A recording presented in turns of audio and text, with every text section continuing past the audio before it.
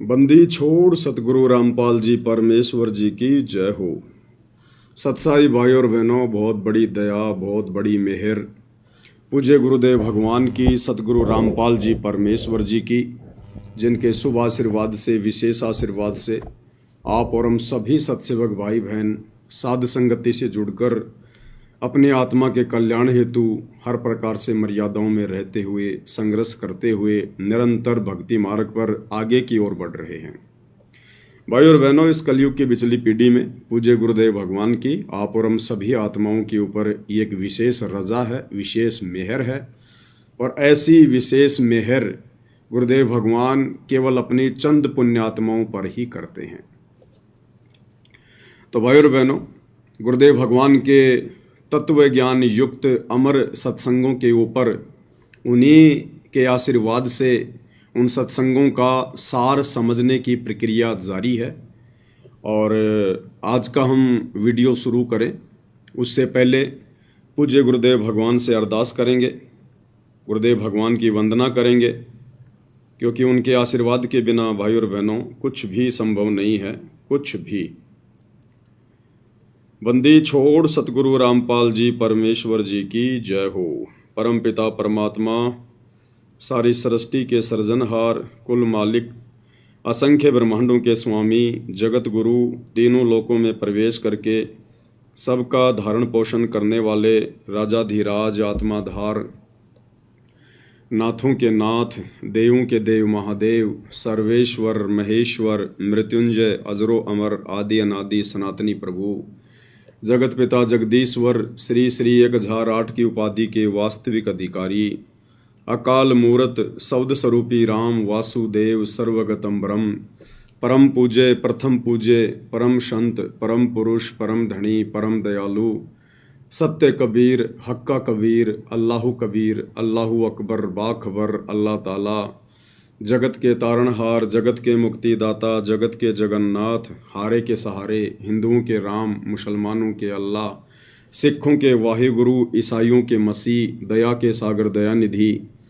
करुणा के सागर करुणानिधि, स्वयंभू परिभू, संकट मोचन, कष्ट हरण, मंगल करण, दुख भंजन, अविगत कबीर, निर्विकार निर्विषम परमात्मा, अलय अलेख सतगुरु, आदि अनादि सतगुरु, असली मर्यादा पुरुषोत्तम, असली राम, असली कृष्ण, असली घनश्याम, असली मुरारी, राजाओं के राजा, महाराजाओं के महाराजा, शहंशाहों के शहंशाह, सम्राटों के सम्राट, भगवानों के भगवान, अल्लाहों के अल्लाह, प्रभुओं के प्रभु, मसीहाओं के मसीह, सच्चे वाहिगुरु, बाबाओं के बाबा, पीरों के पीर, सेठों के सेठ, जगत सेठ, सावड़सा सेठ, सर्वगुण संपन्न, अनंत कोटि कलाओं के स्वामी, अनंत कोटि ब्रह्मांडों के नायक, योगियों में महायोगी, ध्यानियों में महाध्यानी, सिद्धों में परम सिद्ध, ज्ञानियों में तत्व ज्ञानी, ब्रह्म ज्ञानी, महाज्ञानी, परम ज्ञानी, सर्वश्रेष्ठ ज्ञानी, विज्ञानी, युवा कबीर, समर्थ कबीर, असमवात, अमित ओजा,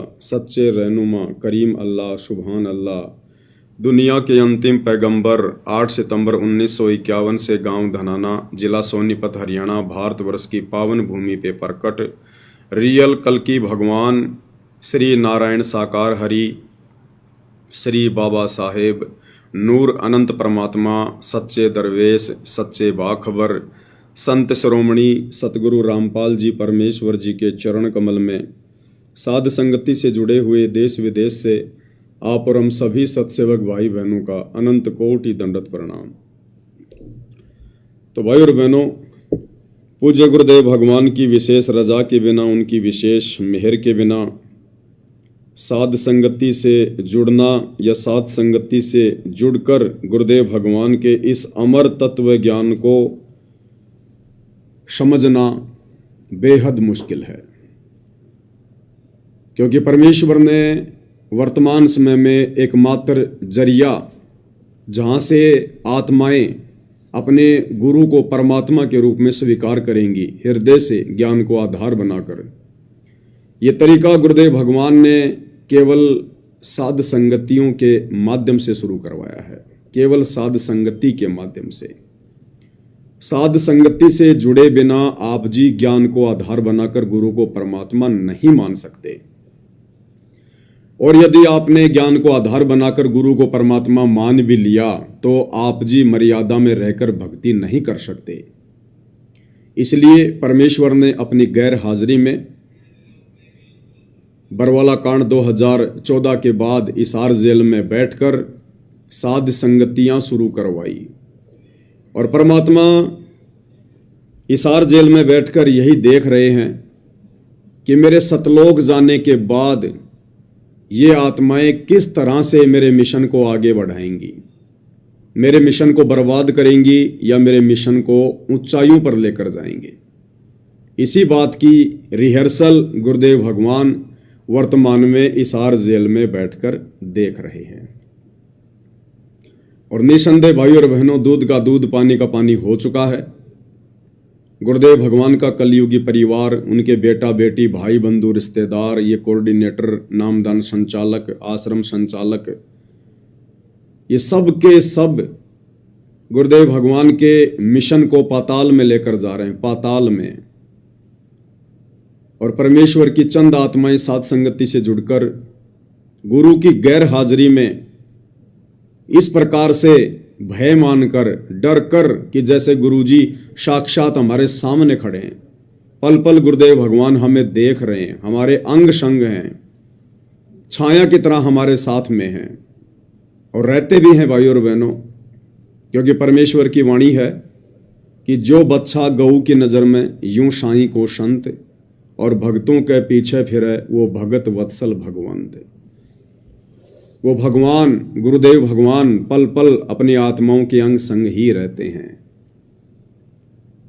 और ज्ञान को आधार बनाकर अपने घर को ही अपने सतगुरु की गैर हाजिरी में आश्रम बनाकर और अपने गुरुदेव भगवान को पूर्ण ब्रह्म परमेश्वर सत्य पुरुष कबीर देव मानकर भक्ति कर रहे हैं। तो आज निसंदेह सतगुरु रामपाल जी परमेश्वर जी के शत मिशन को, उनके यथार्थ 13वें कबीर पंथ को, उन्हीं के आशीर्वाद से सतसेवक भाई बहन ही समझ पाए हैं, उनके मिशन पर चल रहे हैं और निरंतर मिशन को आगे की ओर गति दे रहे हैं। भाई और बहनों, ये परमात्मा का मार्ग भीड़ का नहीं होता। जहां पर लाखों भगत होंगे, बड़े बड़े आश्रम होंगे, वहां पर बहुत अच्छा ज्ञान होगा, बहुत अच्छी भक्ति होगी, सब लोग मर्यादा में होंगे, ऐसा बिल्कुल भी नहीं है। इस परमेश्वर जी का मार्ग तो भीड़ का है ही नहीं। इस परमेश्वर के मार्ग में भीड़ का कोई काम ही नहीं। और आने वाले समय में भाई और बहनों, कौन वो आत्माएं होंगी जो सतगुरुदेव के मिशन में अपनी विशेष सेवाएं देंगी, तो ये भी छुपा हुआ नहीं है, आप सभी की आंखों के सामने है। तो आप और हमने भाई और बहनों आगामी समय में गुरुदेव भगवान के मिशन में हाथ बटाकर, अपनी सेवा लगाकर, अपने शुभ कर्म बनाने के लिए आज उनकी गैर हाजिरी में एक सच्चा भगत बनना है, सच्चा भगत। और सच्चा भगत बनने के लिए सबसे पहले गुरु को परमात्मा मानना पड़ेगा, गुरुदेव भगवान के ज्ञान को आधार बनाना पड़ेगा। और भक्ति मार्ग में कोई भी वस्तु, कोई भी नियम, कोई भी बात यदि बाधा बनेगी तो हम उसके लिए संघर्ष करेंगे, हम उसके आगे झुकेंगे नहीं। वो चाहे घर हो, परिवार हो, देश हो या समाज हो, अगर मर्यादाओं के बीच में आते हैं तो हम उसके आगे झुकेंगे नहीं। हमारा मार्ग मारपीट और लड़ाई झगड़े का भी नहीं है। हम मुंह से किसी को उप भी नहीं कहेंगे, हाथ तो छोड़ो किसी की तरफ हम उंगली भी नहीं उठाएंगे। आधीन्य के साथ प्रेम पूर्वक ज्ञान आधार से हम अपनी मर्यादाओं को बचाएंगे। क्योंकि गुरुदेव भगवान ने नाम दीक्षा देते समय स्पष्ट कर दिया था कि बच्चों, गलत काम करना और गलत काम में सहयोग देना दोनों महापाप के भागी हैं, दोनों महापाप हैं। तो आप और हम भगत भाई बहनों ने आगामी समय में या वर्तमान समय में कोई भी गलती करने से बचना है। अन्यथा वर्तमान में हम जिस नाजुक दौर से गुजर रहे हैं, ये हमारी परीक्षा का समय है, हमारा फाइनल एग्जाम है, सतलोक के लिए फाइनल एग्जाम। और इस समय सावधानी हटी और दुर्घटना घटी। और हर प्रकार की मर्यादाओं को लेकर हमने सचेत रहना है। ये ना सोचना कि हम साथ संगति से जुड़ गए, हम तो साथ संगति की वीडियो देख रहे हैं, हमने तो गुरुजी की आरती उतारना शुरू कर दिया, हम गुरुजी को भोग भी लगा रहे हैं, हमें सारा ज्ञान हो गया। अगर जरा भी अहंकार आ गया, जरा भी यदि आपने नादानी दिखाई, ना समझी दिखाई, काल बिल्कुल तैयार बैठा है हमारी कमजोर नस को पकड़ने की तैयारी में बैठा है कि कहां ये आत्माएं जरा सी गलती करें, छोटी सी गलती करें और उसी समय इनको दबोच लूं, इनकी मर्यादा तुड़वा दूं।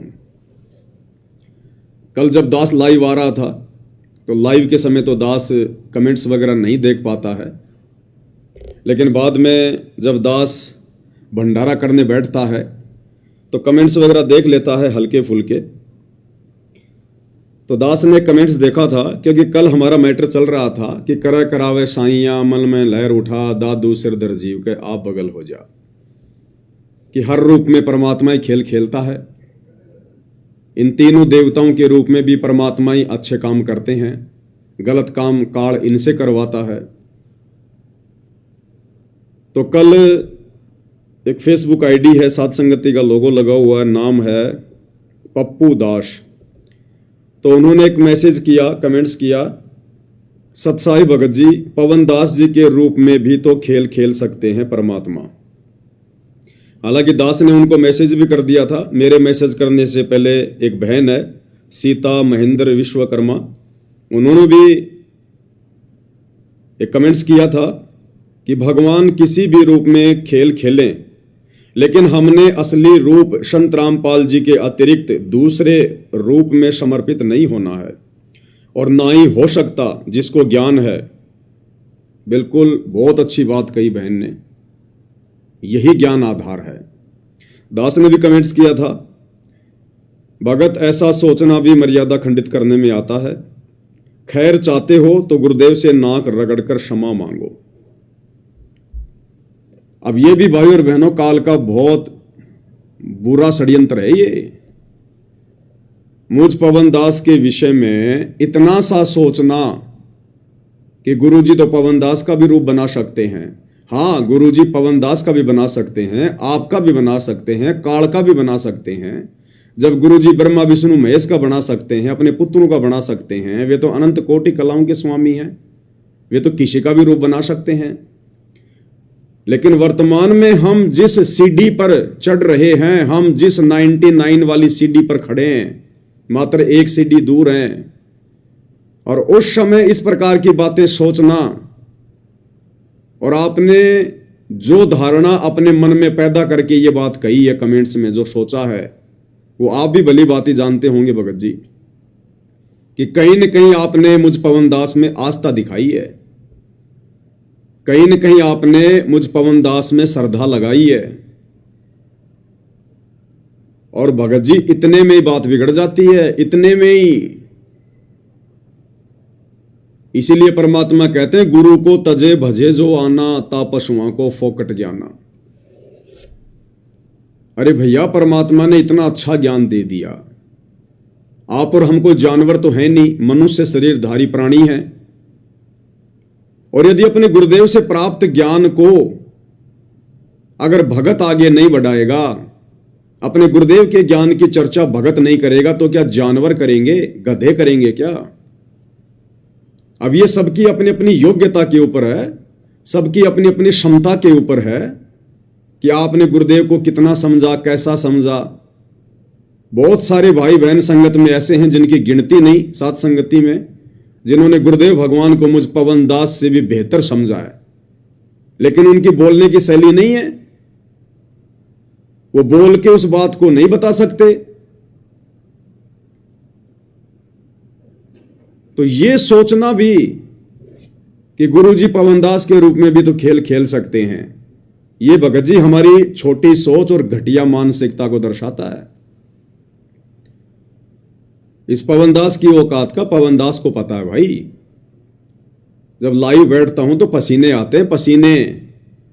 अगर जरा सी गलती अगर बोलने में हो गई कहीं भी तो मेरे जीवन और मृत्यु का सवाल है ये। बार बार हर बात के लिए गलती नहीं मांगी जाती, और ना बार बार गलती करने पर परमात्मा जो है माफ करता है।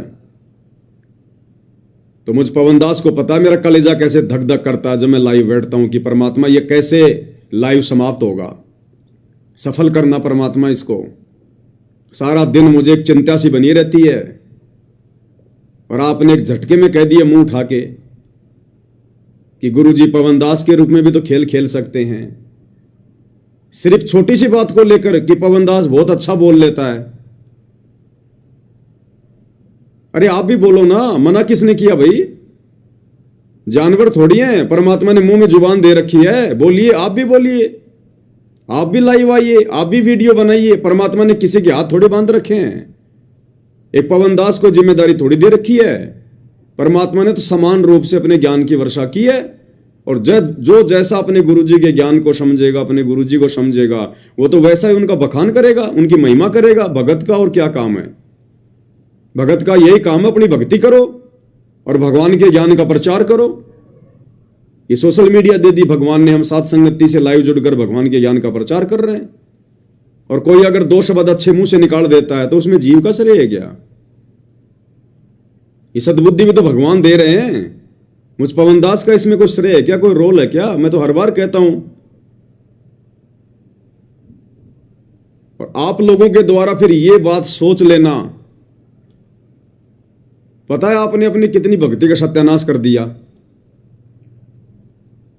आपने एक मनुष्य जन्म गवा दिया, अगर आपने इस भाव से ये बात सोचकर कही है तो।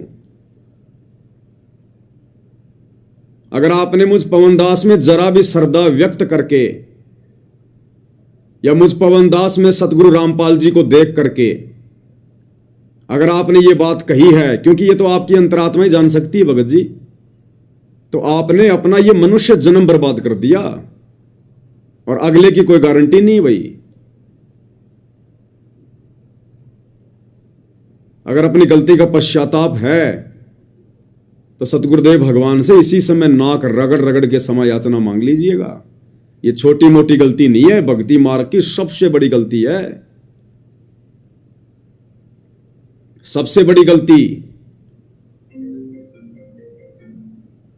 ये गलतियां भक्ति मार्ग में जायज नहीं है। कल को भाई बहन मेरे वीडियो उठाकर उनके ऊपर वीडियो बनाएंगे, और मेरे वीडियो के ऊपर कोई और अच्छे से समझाने वाला भगत मिल जाएगा, तो क्या उसके ऊपर आस्था लगा लोगे कि इस भगत के रूप में तो गुरुजी हैं, इस भगत के रूप में तो पवनदास आ गया? पवनदास कोई भूत है क्या? गुरुजी कोई प्रेत है क्या जो मुझ पवनदास के अंदर आ जाएंगे? कोई भूत है गुरुजी? यह सबसे बड़ी गलती है भक्ति मार्ग में, सबसे बड़ी गलती। भाई हम तो महिमा करेंगे गुरुजी की, हमें तो महिमा करने के लिए भगवान ने जुबान दी है। जिव्या तो वाये बली जो रटे हरि को नाम, नहीं तो काट के फेंक दियो मुख में भलो ना चाम।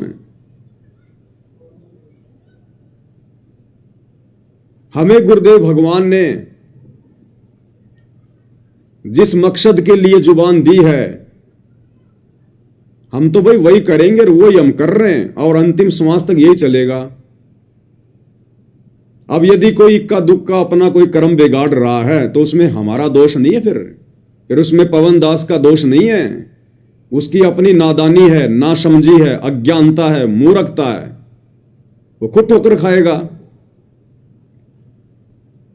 650 साल पहले बनारस के तोतादरी शहर में पंडितों के भंडारे में, और परमात्मा ने भैंसे राम के ऊपर थपकी मार के और मनुष्य की भाषा में वेद मंत्र बुलवा दिए, साथ में उनका अनुवाद भी करवा दिया।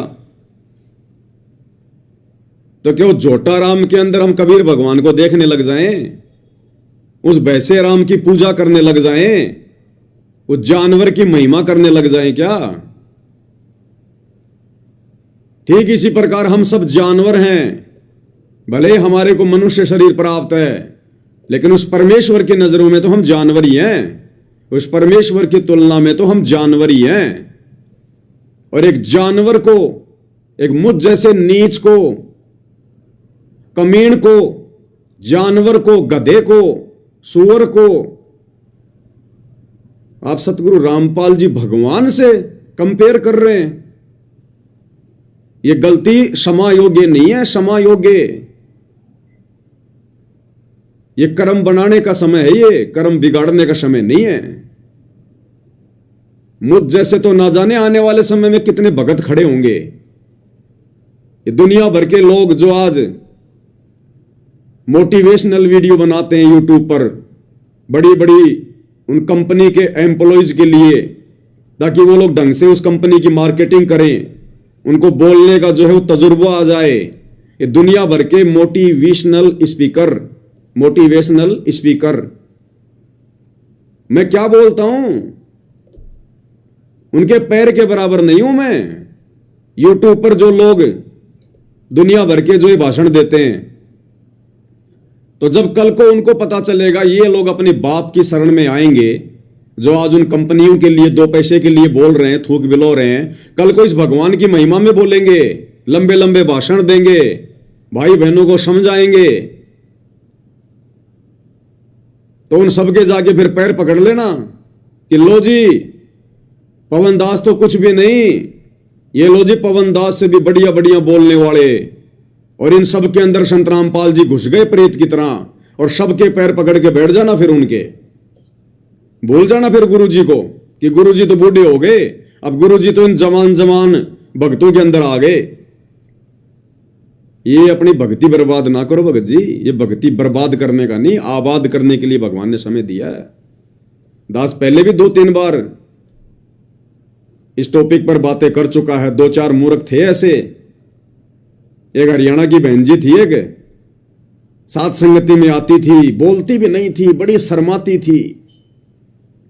सत्संग करता था मैं तो भी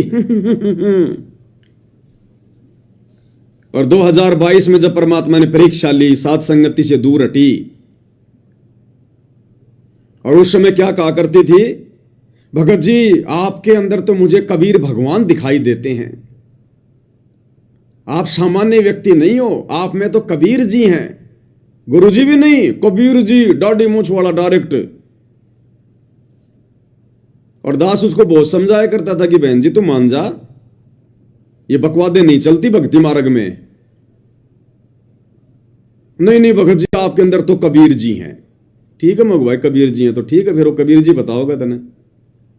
उस परीक्षा में फेल हो गई, छोड़ गई सात संगतियां, वापस चली गई आश्रमों में, और उसने 50,000 रुपए की सेवा दी थी उस समय। मना करने के बावजूद भी मैंने कहा बहन जी मुझे आवश्यकता नहीं है। बोला ना भगत जी मेरी तो सेवा लगी ही नहीं अभी तक। मैं बोला लगा दे। मैंने कजोड़ भगत जी के उस समय उनको खाता नंबर दे दिए, उसने सेवा भेज दी। 2022 की परीक्षा हुई, वो फेल हो गई, और उसके बाद में उसके फोन आने लगे मेरे पास में,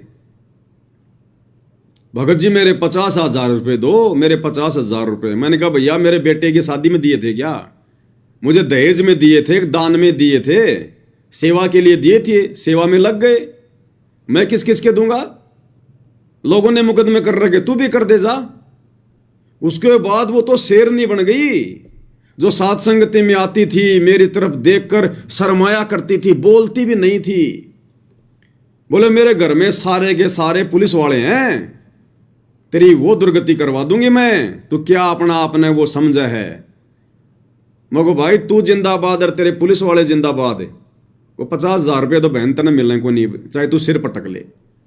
वो तो परमात्मा की सेवा में दिए थे उस समय, तेरे को सद्बुद्धि दे रखी थी भगवान ने, और वो सेवा में लग गए। और ये चाहे तू तेरा आईजी ले आ, चाहे तेरा डीआईजी ले आ,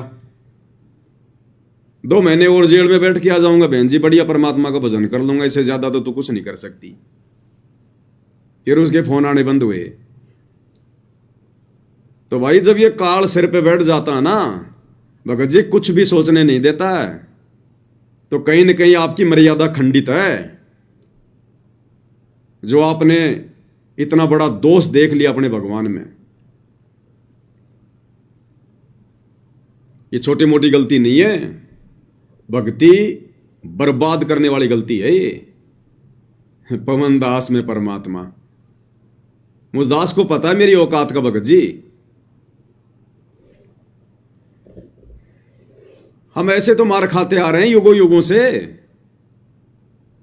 आज से पहले उन पंडितों में जिनके मोटे मोटे पेट थे, लंबी लंबी जिनकी जटाएं थी, हम उनको भगवान मान के पूज रहे थे कि इनमें ब्रह्मा विष्णु महेश घुसे हुए हैं। भगवान ने तत्व ज्ञान देकर उनसे पीछा छुटवाया, तो हमारे जैसे जानवरों में तुम जो है भगवान देख रहे हो। भाई ये बुद्धि भ्रष्ट है, बुद्धि भ्रष्ट। आपकी मर्यादा टूटी है कहीं न कहीं, कोई न कोई, नहीं तो ऐसे गंदे विचार आ नहीं सकते मन में।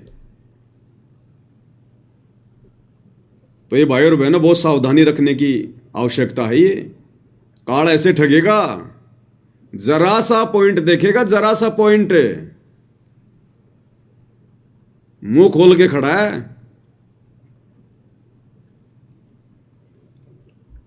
तो भाई और बहनों, गुरुदेव भगवान के आशीर्वाद से, उनकी विशेष रजा से हमें परमेश्वर ने जो मौका दिया है साध संगति के माध्यम से अपनी आत्मा को चार्ज करने का, अपनी आत्मा को दृढ़ करने का, संघर्ष करते हुए भक्ति मार्ग पर आगे बढ़ने का, हम अपने मकसद को बिल्कुल भी ना भूलें। और जो भी शंकाएं हमारे मन में हों, हम प्रत्येक शंकाओं का समाधान कर लें, क्योंकि शंका रहित होकर ही हम दृढ़ता से भक्ति मार्ग पर आगे बढ़ सकते हैं। परमात्मा कहते हैं, मां मुंडू उस संत की जिससे संसा न जाए, और काल कहात है थोड़े शंका सब जग खाए। ये काल तो खाली लाखों को खाता है रोजाना, लेकिन शंका तो रोजाना करोड़ों को खा रही है, करोड़ों को। और गुरुदेव कहते हैं, शंका सूल बबूल है, सूल के कांटे की तरह है शंका। अगर मन में उत्पन्न हो गई, जब तक निकलेगी नहीं, हम भक्ति नहीं कर सकते। तो परमेश्वर ने एक मौका दिया, हमें एक मंच बनाकर दिया गुरुदेव ने, साध संगति। इसके माध्यम से हम अपनी शंकाओं का समाधान करवा सकते हैं, क्योंकि यहां जो भी शंका का समाधान होता है गुरुदेव के तत्व ज्ञान आधार से होता है। भले ही परमात्मा ने आपके सामने पवनदास के रूप में एक ये छोटा सा यंत्र खड़ा कर रखा है, लेकिन समाधान गुरुदेव के ज्ञान आधार से, उनके सत्संग दिखा दिखा कर। तो गुरुदेव भगवान चाहते हैं कि अब मेरा सिर खाने से अच्छा है, हिसार जेल से बाहर आने से पहले पहले शंका रहित हो जाओ, गुरु में परमात्मा देख लो, ताकि फिर भक्ति मार्ग में आगे बढ़ा जाए। तो अब परमात्मा आएंगे तो पंचायत लेके नहीं बैठेंगे, एक एक भगत की शंकाओं को लेकर नहीं बैठेंगे गुरुदेव। ये ब्रह्मा विष्णु महेश के माता पिता नहीं दिखाएंगे भगवान, अब जो भी दिखाना था दिखा दिया। अब गुरुदेव अपने मिशन को आगे कैसे जो है वो गति देनी है, परमात्मा उसके विषय में सोचेंगे। कैसे परमात्मा ने इस मार्ग को सेट करना है, ताकि उनकी गैर हाजिरी में, उनकी अनुपस्थिति में हजारों वर्षों तक ये मार्ग निर्बाध रूप से चले, परमात्मा उसके लिए अपनी प्लानिंग करेंगे। तो व्हाट्सएप पर किसी भगत भाई ने दास को एक छोटा सा वीडियो भेजा, और उन्होंने कहा कि भगत जी मुझे एक शंका हो गई है, इसको लेकर अगर परमात्मा आपको प्रेरणा करें तो ज्ञान आधार से आप इसका समाधान कीजिएगा। और शंका क्या थी? गुरुदेव भगवान ने एक सत्संग में कहा कि जैसे हम लोग ये फिनाइल वगैरह से बाथरूम साफ करते हैं, पोंछा वगैरह लगाते हैं, या जैसे हम बीमार हो जाते हैं तो हम लोग इंजेक्शन लगवाते हैं, टैबलेट खाते हैं, दवा खाते हैं, तो वो दवा क्या करती है शरीर में जाकर, जो हानिकारक जीवाणु होते हैं उनको मारती है। अगर हम इंजेक्शन नहीं लगाएंगे, टैबलेट नहीं खाएंगे, उपचार नहीं करेंगे, तो वो जीवाणु जो हानिकारक हैं वो फिर हमें मार देंगे, और हम मर गए तो फिर भक्ति कैसे करेंगे। तो इसी संदर्भ में आगे गुरुदेव ने कहा कि जैसे कोई हिंसक जानवर है, कोई भेड़िया है, कोई सर्प है, कोई सांप है, अगर वो आपके घर में घुस जाए तो पहले तो उसको प्यार प्रेम से निकालो, फिर भी यदि वो नहीं निकल रहा है तो फिर उसको मार दें। उसको मारने से फिर पाप नहीं लगेगा। तो एक भगत जी को शंका हो गई, और शंका भी भाई और बहनों जाहिर है, क्योंकि अब साथ संगति से जोड़कर गुरुदेव भगवान ने हमें जिस पायदान पर पहुंचा दिया है, इस पायदान पर तो हम चींटी को भी नहीं मार सकते। चींटी को भी, सर्प तो बहुत लंबी चौड़ी चीज है, हम उसको कैसे मार सकते हैं। तो भगत के मन में जरा सी शंका होगी कि गुरुदेव ने जो कहा वो भी सत्य है, अगर मार देंगे तो उसका पाप भी नहीं लगेगा क्योंकि भगवान कह रहे हैं। लेकिन गुरुदेव ने ज्ञान ऐसा दे दिया, हम मार भी नहीं सकते। तो इसका कोई बीच का रास्ता, इसका कोई समाधान? तो देखो भाई और बहनों, पहले हम पूज्य गुरुदेव भगवान के मुकम्मल से छोटा सा ये सत्संग सुन लेते हैं 56 सेकंड का। लगाते हो, आपका उन जीवों को मारना उद्देश्य नहीं है, उन हानिकारक जीवों से बचने का उद्देश्य है। आपकी बॉडी में कोई डिफेक्ट होता है, कोई रोग लगता है, तो जीवाणु ही होते हैं वहां जो आपकी बॉडी को नाश करने पर तुले हुए होते हैं। उनके लिए जो गोली टैबलेट हम खाते हैं, औषधि खाते हैं, वो उन जीवाणुओं को मारती है। तो वो दुश्मन थे हमारे बॉडी के, उसके लिए उनको मार देना वो पाप नहीं है। जानकर मारा नहीं, चाहे सर्प भी आपके सामने आ जा, इच्छा कर मारा नहीं। आपके घर में घुस जा और आपको लगे कि बच सकता है तो उसको कोशिश करो निकालने की, नहीं निकला तो बेसिक मार दो, उसका पाप नहीं। तो इस तरह के हमने कर्मों को बचाना है और परमात्मा के विधान अनुसार हमने अपनी भक्ति को चलाना है। तो गुरुदेव भगवान ने जो बात कही वो भगत को समझ में नहीं आई, और भगत ने कहा कि भगत जी हम सर्प को कैसे मार सकते हैं। बिल्कुल भगत जी, अगर आपको परमात्मा ने प्रेरणा की है, आपने ये वीडियो भेजा है, तो परमात्मा ने एक संदेशा भगतों को दिलवाना है। देखो भाई और बहनों, हम कोई सामान्य भगत नहीं हैं। ये जितने भी नकली साधु संत महात्मा आचार्य शंकराचार्य हैं, ब्रह्मा विष्णु महेश हैं, इनके जितने भी भगत हैं, हम उन भगतों की श्रेणी में नहीं हैं। हम तो उनके गुरुओं से भी ऊपर की श्रेणी में हैं। हम तो उन शंकराचार्यों से भी ऊपर की श्रेणी में हैं। गुरुदेव भगवान ने हमें अपने आशीर्वाद से तत्व ज्ञान देकर, अपनी शरण में लेकर उस स्तर पर बैठा रखा है। ब्रह्मा विष्णु महेश भी इस अध्यात्म ज्ञान में आप और हमारे से नीचे नीचे हैं, नीचे नीचे। तो गुरुदेव ने जो कहा है वो भाई और बहनों उन सत भक्तों के लिए नहीं कहा। ये आदेश गुरुदेव का सर्व के लिए नहीं है, सबके लिए नहीं है। जैसे परमात्मा ने बताया कि शरीर में कहीं भी पीड़ा है, कहीं भी रोग है, कहीं भी चोट है, इंजेक्शन कहां लगाया जाता है? पीछे लगाया जाता है, कुल्ले पर, और वो उसी रोग पर जाकर अपना असर करता है वो दवा। तो गुरुदेव भगवान का जो ज्ञान है वो पहली से लेकर पीएचडी तक का है, क्योंकि सत्संग में हर श्रेणी के भगत भाई बहन बैठे होते हैं। किसी ने आज ही नाम लिया है, किसी को 1 महीना हो गया, किसी को सतनाम मिल गया, कोई सारनाम प्राप्त है, कोई 20 साल का भगत है।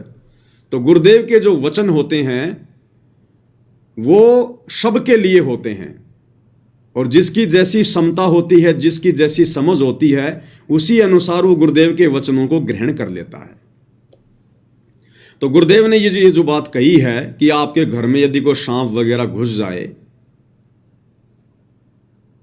तो प्रथम तो उसको प्यार प्रेम से निकालने का प्रयास करो। फिर भी आपको लगता है कि अब ये डसेगा, मारेगा, तो फिर हम उसको मार दें, उसमें फिर कोई दोष नहीं है। यानी गुरुदेव ने सांप को मारने के लिए क्यों कहा कि हम यदि सांप को नहीं मारेंगे तो सांप फिर हमें मारेगा। इसीलिए तो, ताकि हमारा शरीर बचा रहे, इसीलिए तो कहा परमात्मा ने। इस आधार से भाई और बहनों, अगर कल को हमारा पड़ोसी जबरदस्ती हमारे से झगड़ा कर ले, हमारे घर में घुस जाए, तो प्रथम तो हम उसको प्यार प्रेम से कहेंगे, भाई देख तू मान जा, मैं भगत आदमी हूं, क्यों परेशान कर रहा है, मुझे अपनी भक्ति करने दे। प्रथम तो प्यार प्रेम से उसको बाहर निकालेंगे, और फिर भी वो जबरदस्ती हमें मारने पर आतुर हो, लठ हाथ में ले रखा हो, धारमदार कोई हथियार हाथ में ले रखा हो, या कोई फौज पुलिस से रिटायरमेंट हो अपनी बंदूक लेके आ गया हो, कि नहीं आज तो मैं तेरा भगत जी काम ही तमाम करूंगा, तो क्या भाई और बहनों फिर हमने उस व्यक्ति को मार देना चाहिए? भाई अन्यथा वो हमारे को मार देगा, फिर हम भक्ति कैसे करेंगे? भाई गुरुदेव ने यही तो कहा कि प्रथम तो सांप को, जो आपको मारना चाहता है, आपको डसना चाहता है, आपका जीवन समाप्त करना चाहता है, प्रथम तो प्यार प्रेम से बाहर निकालो, नहीं निकलता तो फिर मार दो। तो ऐसे ही आपका पड़ोसी या अन्य कोई व्यक्ति जबरदस्ती आपके घर में घुसकर, क्योंकि ये तो कलयुग है, यहां तो जबरदस्ती की आफत दरवाजे पे खड़ी रहती है, तो यदि वो आपको मारने आ जाए और बंदूक हाथ में लेके आ जाए कि बस आज तेरे को मारूंगा, तो गुरुदेव के इस सत्संग आधार से तो फिर हमने उस व्यक्ति को मार देना चाहिए कि वरना ये मुझे मारेगा। और मार दिया तो फिर क्या होगा? मार दिया तो फिर क्या होगा? फिर जेल में बैठ के भक्ति करने की, जेल में बैठ के भक्ति करनी पड़ेगी पूरी उम्र। तो गुरुदेव के कहने के भावार्थ को समझिए भाई और बहनों। गुरुदेव ने यह सत्संग उन नादान भक्तों के लिए, उन मर्यादाहीन भक्तों के लिए बोला है जो भक्ति भी कर रहे हैं लेकिन मर्यादाओं में नहीं है, जो अपने सतगुरु को और भक्ति को हल्के में ले रहे हैं। उन आत्माओं के लिए गुरुदेव ने कहा है, अगर कोई सर्प या कोई ऐसा जानवर, कोई भेड़िया वगैरह अगर आपके घर में घुस जाए या आपको मारने पर आतुर हो, तो आप उसको मार दो, वो पाप आपको नहीं लगेगा। क्यों कहा गुरुदेव ने? कि वो मर्यादा में तो है नहीं, उसकी पूरी श्रद्धा, पूरा विश्वास तो अपने भगवान पर है नहीं, और भगवान उसी की मदद करेगा जो मर्यादा में होगा, जिसको विश्वास होगा। कहे कबीर सुनो वे साधो, मैं तो हूं विश्वास में।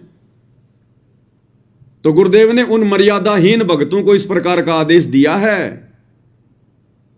कि मैं तो उनका कोई बचाव जो है कर नहीं पाऊंगा उन विशेष परिस्थितियों में, क्योंकि वो मर्यादा में नहीं है।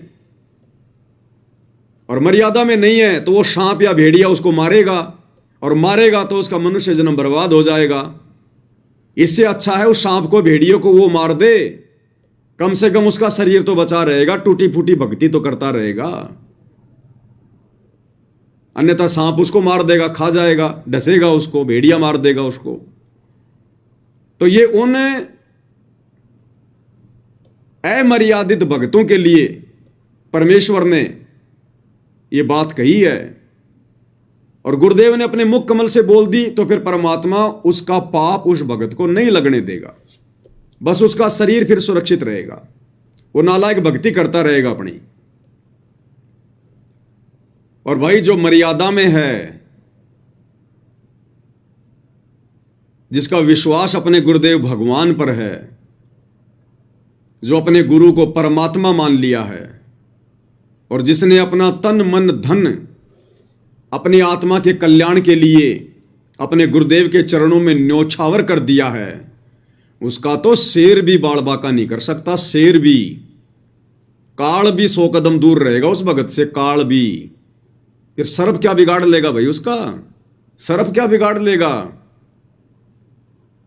फिर भगवान कौन से दिन काम आएगा? फिर भगवान कौन से दिन हमारी मदद करेगा? कौन से दिन हमारी हेल्प करेगा? इसके लिए भाई और बहनों हमने सत्संगों को आधार बनाना पड़ेगा। सत्संगों को,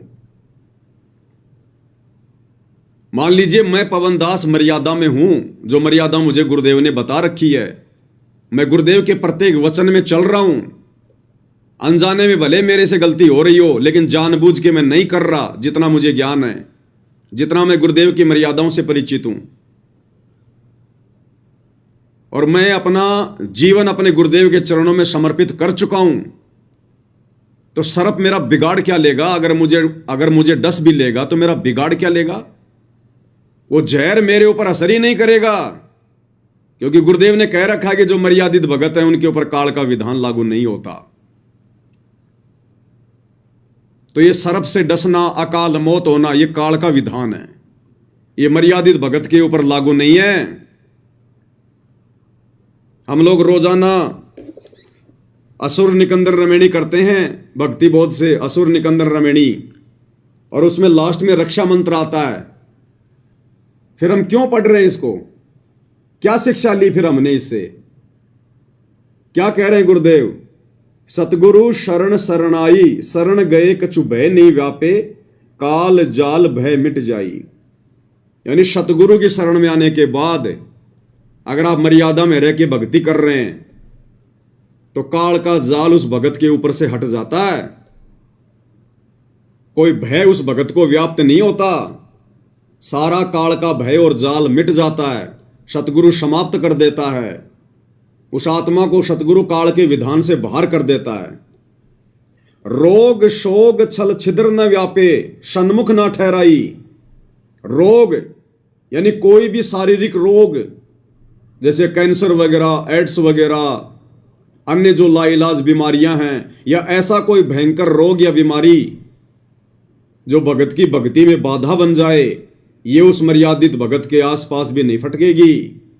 शोग यानी कभी भी उस भगत को कोई दुख नहीं हो सकता, घर में कोई अकाल मृत्यु नहीं हो सकती, घर में कभी कभी कोई वो अमंगल नहीं हो सकता जिस कारण से उस घर में शोक का माहौल बन जाए। रोग शोग छल छिद्र न व्यापे, छल छिद्र हमारे ऊपर कोई भी जादू जंत्र वगैरह काम नहीं करेगा। हमारे साथ में कोई कितना भी धोखा क्यों ना करो, जंत्र मंत्र क्यों ना करवाओ, संसार का सबसे बड़े से बड़ा कोई बाबा बंगाली क्यों ना आ जाए, जो दीवारों पे लिखा होता ना वशीकरण मंत्र बाबा बंगाली फलाना दिखना, वो बाबा बंगाली का बाबा भी क्यों ना आ जाए, सतगुरु रामपाल जी परमेश्वर जी के मर्यादित भगत पर उसका कोई जंत्र मंत्र काम नहीं करेगा।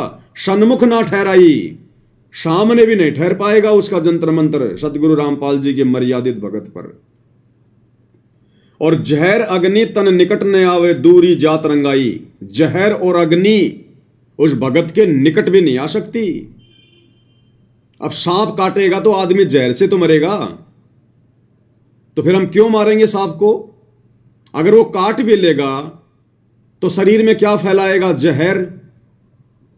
और गुरुजी क्या कह रहे हैं कि जो मेरा मर्यादित भगत होगा, जहर और अग्नि तन निकट न आवे, तन यानी शरीर, मेरे भगत के निकट भी नहीं आ सकता जहर और अग्नि, यानी जहर और अग्नि से मेरे भगत की मृत्यु नहीं हो सकती। दूरी जात रंगाई, दूर भाग जाएंगे। वीर बेताल बाण ना लागे, यम के कोट डहाई। इस काल के द्वारा छोड़े गए उसके जो हलकारे हैं, जो काल की जो शक्तियां हैं, वीर बेताल भैरव भूत, ये पितर, ये प्रेत, कहते ये निकट भी नहीं आ सकते, इनका कोई भी तीर, ये कोई भी जो शक्तियां हैं जो काल की, ये भगत को नुकसान नहीं पहुंचा सकती। जम के कोट डहाई, कोट यानी उसका किला, जम यानी काल, डहाई यानी ढह जाएगा, काल का वो किला भी ढह जाएगा। 98 पुण्य मूठ ना लागे, उल्ट तही दरखाई। 98 प्रकार के जादू जंत्र होते हैं, वशीकरण होते हैं दूसरों को पीड़ा देने के लिए, ये मूठ वगैरह। तो कहते हैं 98 पुण्य मूठ ना लागे, सतगुरु रामपाल जी के मर्यादित भगत पर ये 98 प्रकार के जंत्र मंत्र भी फैल हो जाएंगे। उल्ट तही दरखाई, जो हम पर मूठ वगैरह छुड़वाएगा या करवाएगा, उल्टा उसी के ऊपर जाकर वो जंत्र मंत्र काम करेंगे, उल्टा उसी को पीड़ा देंगे। बैर करे सोए दुख पावे, सुरती शब्द मिल जाई। भगत के साथ अगर कोई बैर करेगा, ये भगतों की बात हो रही है, मर्यादित भगतों की, उन भक्तों की नहीं जिन्होंने खाली सतगुरु रामपाल जी से उपदेश ले लिया, गले में लॉकेट लटका लिया, हाथ में रक्षा सूत्र बांध लिया, मुंह में सत साहेब, और मर्यादा कोई है नहीं, राजनेताओं की रैलियों में धक्के खा रहे हैं। तो वो तो केवल अपने संस्कार आधार से बचेंगे, सतगुरु उनकी रक्षा नहीं करेगा। अगर किसी पर आपत्ति आ भी गई, अगर वो बच भी गया, तो सतगुरु उसके संस्कार से करेगा, उसकी वर्तमान भक्ति से नहीं करेगा। सुरती शब्द मिल जाई, यानी भगत की तो भक्ति आगे बढ़ेगी, उसकी सुरती आगे को बढ़ेगी, लोग चाहे उसके साथ कितना ही बैर भाव क्यों ना करें। कहे कबीर हम जमदम पे लिया, सतगुरु लाख दुहाई। और कबीर परमेश्वर कह रहे हैं कि मैंने यमदूतों के समूह को मार मार के भगाया। कहे कबीर हम जमदम पे लिया, सतगुरु लाख दुआई, सतगुरु दुआई दे रहे हैं कि मेरी बात पे यकीन करना, विश्वास करना, साक्षी मानना इस बात को। साध वचन पलटे नहीं, चाहे पलट जाए ब्रह्मांड। तो भाई एक तरफ तो गुरुदेव भगवान कह रहे हैं कि मेरे मर्यादित भगत पे तो जहर काम ही नहीं करेगा, तो सांप कौन सा अमृत छोड़ेगा? जहर ही तो छोड़ता है सांप जब काटता है। तो जानबूझ के हम उसे कटवा नहीं रहे। अगर धोखे से काट लिया या उसको बाहर निकालते निकालते उसने हमारे को अगर वो डस लिया, तो उस जहर का, चाहे वो कोबरा, क्या कोबरा का नाना क्यों ना हो, सतगुरु रामपाल जी के मर्यादित भगत पर असर ही नहीं करेगा। पानी पानी की तरह। दूसरी बात भाई और बहनों, आपको समझ में आएंगी ये सारी बातें कि परमेश्वर ने जो सांप को मारने की बात कही है, ये केवल अमर्यादित भक्तों के लिए कही है, क्योंकि गुरु तो उनकी रक्षा करेगा नहीं। इससे अच्छा नालायक वो सांप को मार दे, क्योंकि सर्प मर जाए तो ठीक है, अगर मनुष्य मर जाएगा तो नुकसान है, क्योंकि सर्प तो भक्ति नहीं कर सकता, वो तो दूसरी योनि ले लेगा। लेकिन वो मर गया तो भक्ति कैसे करेगा? तो उन अमर्यादित भक्तों के लिए कहा गुरुदेव ने। अन्यथा भाई और बहनों, आज हम तो गुरुदेव की शरण में हैं। वर्तमान में हमें तत्वदर्शी संत प्राप्त है। हम शत भक्ति मंत्रों का जाप कर रहे हैं। कलयुग की बिचली पीढ़ी है, और यदि हम जरा सा पीछे जाएं, सतयुग में या त्रेता युग में, जब भगत प्रहलाद जी का जन्म हुआ था, उसका पिता हिरण्याकुश उस भगत को परेशान करने के लिए, उस भगत को जान से मारने के लिए उसने 84 प्रकार की घटनाओं को अंजाम दिया था। 84 प्रकार के यत्न किए थे। और एक समय उसने भगत प्रहलाद को जान से मरवाने के लिए अपने सैनिकों को आदेश दिया कि इसको जंगल में ले जाओ और इसको सर्पों के बीच में डाल दो, सर्पों के बीच में, जहरीले सर्पों के बीच में। भगत प्रहलाद को सैनिक पकड़ कर ले गए और जंगल में सर्पों के बीच में डाल के आ गए। वापस घर पे आ गए। दूसरे दिन हिरण्यकश्यप ने आदेश दिया कि जाओ, अब तक तो सांप उसको खा चुके होंगे, मर चुका होगा, उसकी डेड बॉडी को ले आओ। मेरे आदेश की अवहेलना करने वालों का क्या अंजाम करता हूं मैं, ये दुनिया भी देखेगी। ले आओ उसकी डेड बॉडी को। सैनिक गए तो सैनिकों ने क्या देखा? दोपहर का समय था, धूप बहुत ज्यादा थी, सैनिकों के पसीने पसीने। और जब वो गए वहां पर कि वो मर चुका होगा, सैनिकों ने देखा वो जहरीले सर्प बहुत सारे, सैकड़ों की संख्या में, और भगत प्रहलाद के ऊपर अपने फण उठाकर छाया करके बैठे थे, छाया करके। भगत प्रहलाद के चारों तरफ अपने फण उठाकर छाया किए हुए थे वो सर्प, छाया, कि भगत को कहीं कोई गर्मी ना लग जाए। फिर आज हम सर्प क्यों मारेंगे? हम क्यों मारें? हमें किस बात का भय?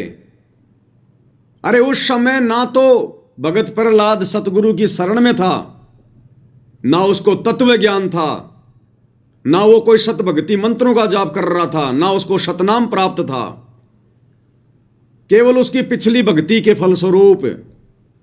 और वो जहरीले सर्प, अब सतयुग के त्रेता के सांप भी कितने बड़े बड़े होंगे, कितने जहरीले होंगे।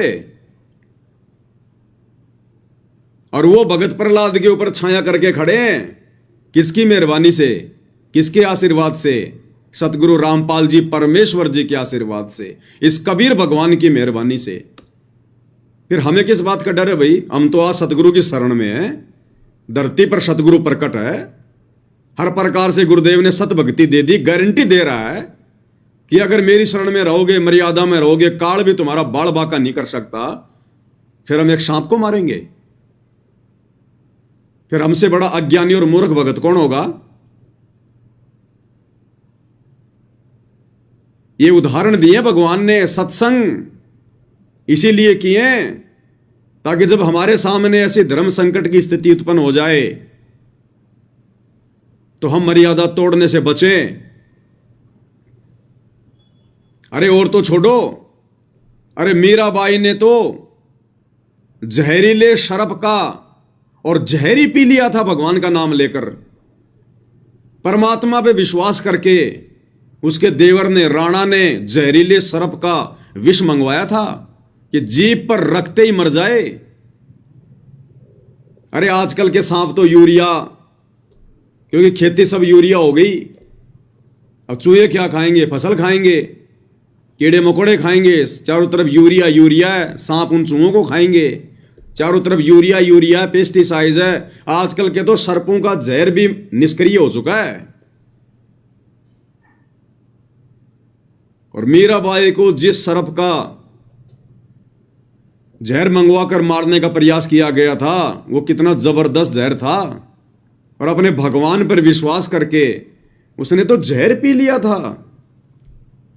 वो तो बेचारी इतने सत्संग भी नहीं सुनती थी, लेकिन उसने विश्वास किया। वो जहर उसका बाल विवाह का नहीं कर पाया, क्योंकि मालिक की वाणी है, जहर अग्नि तन निकट ने आवे दूरी जात रंगाई। बताओ फिर हम क्यों डर रहे हैं भाई? फिर हम क्यों सर्प को मार देंगे? अरे सर्प को मारने की नौबत ही ना पड़े, मर्यादा में रह के भक्ति करो ना। परमात्मा सर्प तुम्हारे निकट ही नहीं आने देगा। परमात्मा तुम्हें कभी ऐसी परिस्थितियों में पड़ने नहीं देगा। अगर हम गुरु को परमात्मा मान के मर्यादा में रह के भक्ति करेंगे तो फिर हमें डर किस बात का? और एक सत्संग में गुरुदेव भगवान ने क्या कहा? गुरुदेव भगवान ने कहा कि जब भी तुम्हारे ऊपर ऐसी कोई आपत्ति आवे, कोई आपदा, कोई संकट आवे, डगमग मत होना। अगर तुम्हारा कति सर्वनाश भी होने वाला हो, सर्वनाश, सर्वनाश किसको कहते हैं? यानी सब कुछ लुटना हो, पिटना हो, इंसान ने बर्बाद होना हो, तो गुरुदेव कहते हैं तुम्हारा यदि कति सर्वनाश भी होना हो, आपत्तियों के कितने भी बादल क्यों ना जो है मंडरा रहे हो, तुम एक बार अपने भगवान पे विश्वास करके देखना। विश्वास करके, अरे अगर कोई अमर्यादित भगत भी अगर विश्वास कर ले तो परमात्मा ने उस अमर्यादित की भी उसके विश्वास आधार से रक्षा करनी पड़ती है। तो क्या कह रहे हैं गुरुदेव भगवान? अपना आत्मा हमारा इतना दल कमजोर हो चुका है कि हम वहां तक बुद्धि उठती नहीं ना, दल डटता कि हम भगवान पे इतना विश्वास कर सके। जैसे कहते हैं कि तुलसी बेरुआ बाग में शीतत भी मुरझावे, राम भरोसे जो रहे वो पर्वत पर लहरावे। बगीचे के अंदर बूटा लगा दिया, पौधा लगा दिया, सिंचाई करते करते खत्म हो जाता है, मुरझा जाता है। राम भरोसे पर्वत के ऊपर कोई संभालने वाला नहीं, कोई सिंचाई करनिया नहीं। कहते राम भरोसे जो रहे पर्वत पर लहरावे। तो हमारा इतनी बुद्धि उठती नहीं, लेकिन इसको उठाने का ये प्रोसीजर है। एक दिन ऐसी दृढ़ता होगी आपके अंदर कि सर्वनाश होता दिखा आपने, आप दृढ़ रहना भगवान के ऊपर। फिर देखना ऐसा बादल टल जाएगा, दुख का तो सोच भी नहीं सकते आप।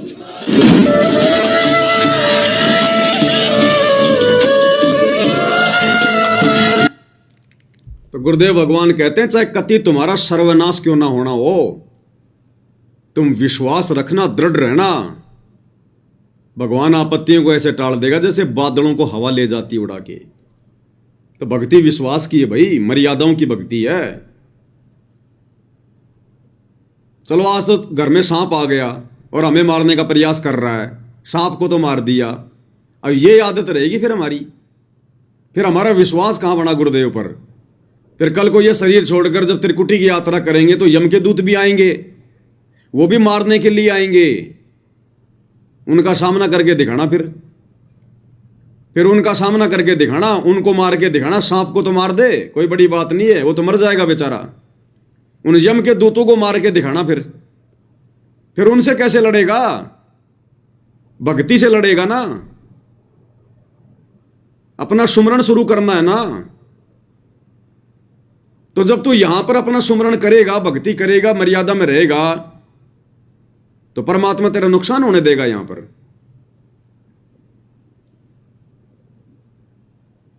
और एक सत्संग में गुरुदेव भगवान ने मीराबाई के चाचा ससुर भुवन के बारे में बताया। भुवन के बारे में, भुवन राणा का महामंत्री था और उसको शिकार भी खेलने के लिए जाना पड़ता था।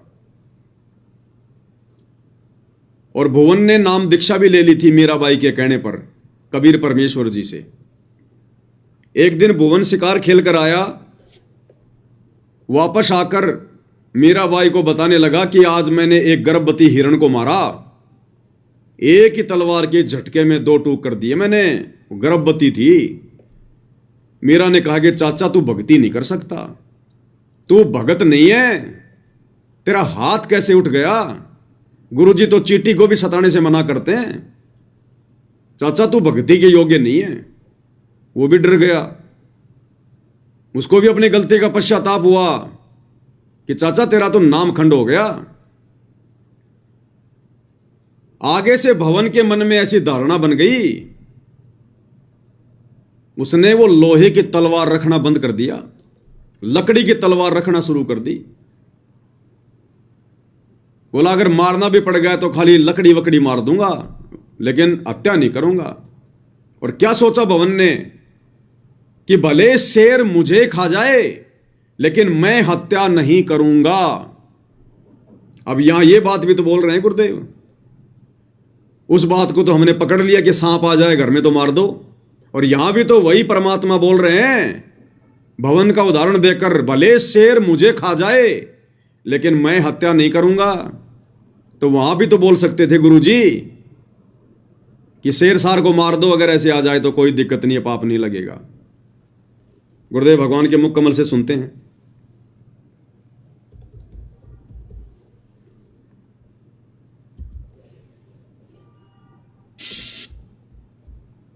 क्या कह रहे हैं गुरुदेव भगवान? तो कुछ दिन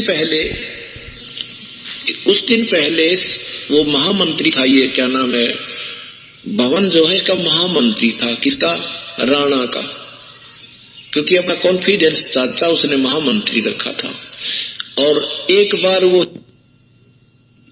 राणा के साथ भवन उनका महामंत्री, तो उसने गर्भवती मृगणी को काट दिया था। गर्भवती मृगणी उसकी तलवार पे शिकार कर दी थी, और वो तड़प तड़प का मां बेटा दोनों मर गए थे। उस दिन के बाद वो मीराबाई से आकर उसने बताया कि बेटी आज मेरे से ये गलती होगी। मीराबाई ने कहा चाचा तेरे जुल्म कर दिया, आप भक्त नहीं बन सकते, आप भक्ति नहीं कर सकते, ऐसे नरसंहार करते हो। आपके बच्चे ने, आपकी पत्नी ने कोई काटे गर्भवती को, कैसा दुख हो। उसके बाद वो भवन भगत बन गया था और मीराबाई का हर संकेत समझने लग गया था। और मीराबाई ने उसको भी कबीर परमात्मा से वहां उपदेश दिला दिया था, तो वहां वो भक्ति कर रहा था।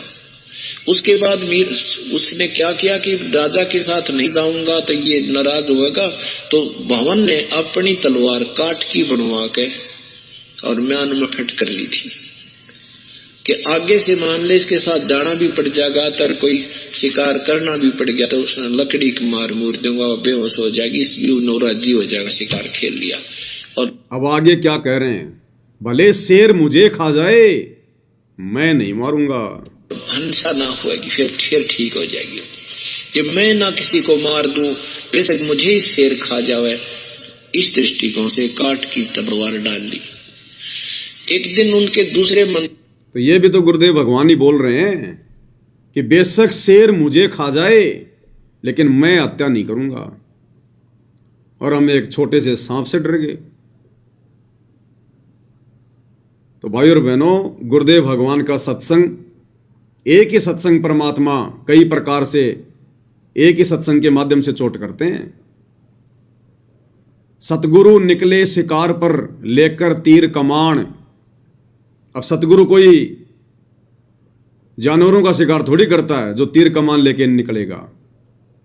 सतगुरु निकले शिकार पर, यानी अपने इस तत्व ज्ञान को देने के लिए, काल के लोक से भक्तों का शिकार करने के लिए। अरे शिकार करके कहां ले जाते हैं? अपने घर पर। तो सतगुरु काल से, जो हम यहां पर जो फंसे पड़े हैं भगत, इनका शिकार करेंगे अपने तत्व ज्ञान रूपी बाणों से, अस्त्र शस्त्र से, और फिर अपने घर सतलोक लेकर जाएंगे। सतगुरु निकले शिकार पर लेकर तीर कमान, मूर्ख मूर्ख जल मरे कोई बच गए संत सुजान। तो जो मूर्ख मूर्ख हैं वो तो रह जाएंगे ये काल के जाल में, वो नहीं समझ पाएंगे। और जो संत सुजान होंगे, जो ज्ञानी आत्मा होंगी, उनको परमात्मा शिकार करके ले जाएगा। तो भाई और बहनों, यदि हम मर्यादा में हैं, भक्ति कर रहे हैं, गुरु को परमात्मा मान लिया, तो हमारे सामने ऐसी नौबत ही नहीं आएगी। और अगर ऐसी नौबत आ भी गई तो भगत का कभी हाथ नहीं उठता, भगत का हाथ नहीं उठता।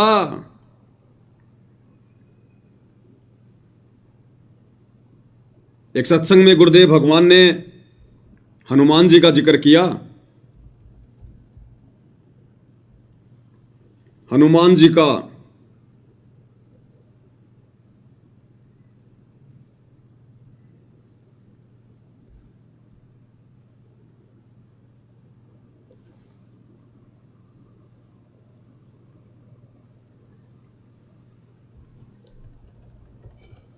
दास देखता है सत्संग है या नहीं है।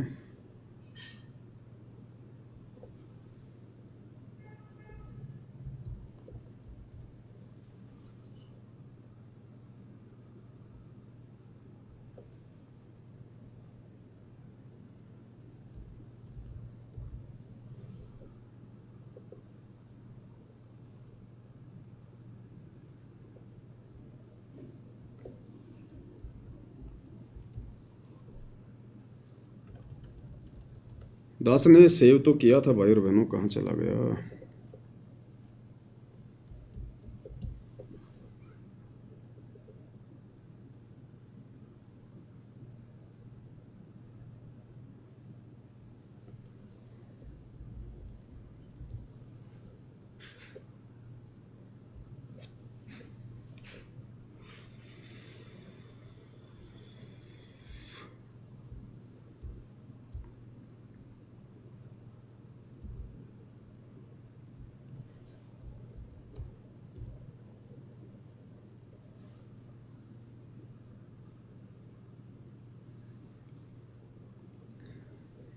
अभी दास के पास सेव नहीं है वो सत्संग।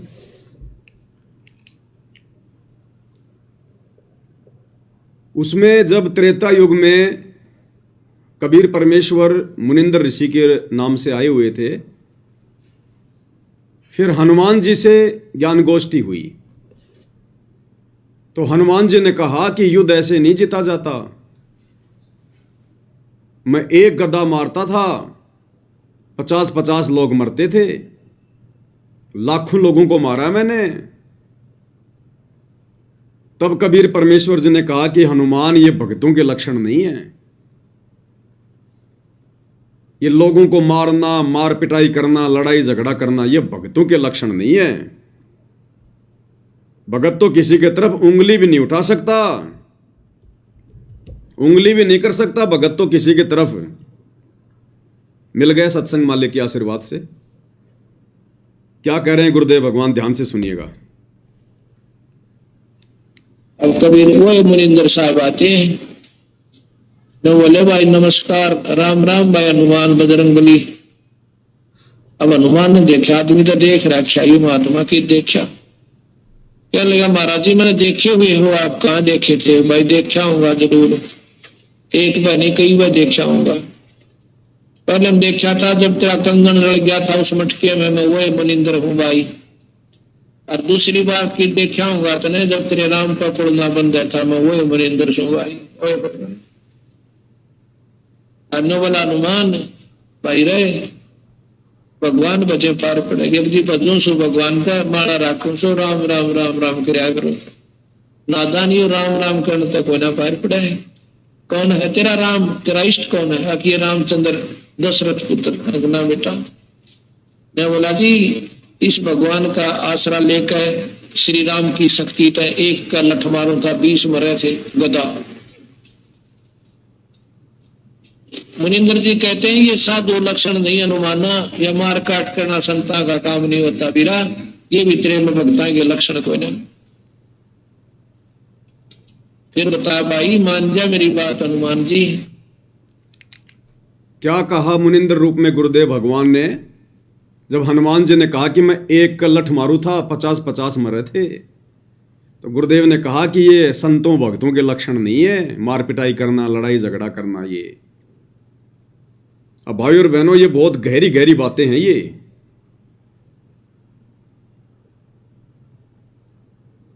बहुत सारे भगत भाई बहन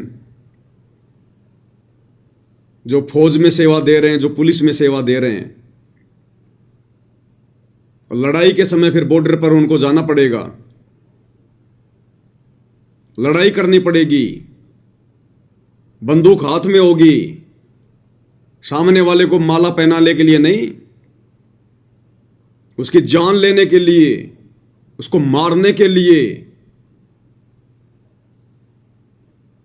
या आपने कोई गोला बारूद छोड़ना है, कोई मिसाइल चलानी है सामने वाले की जान लेने के लिए। हर एक चीज को गुरुदेव भगवान खुल के नहीं बताएंगे। आप कैसे किसी की जान ले सकते हैं सतगुरु रामपाल जी के भगत होकर?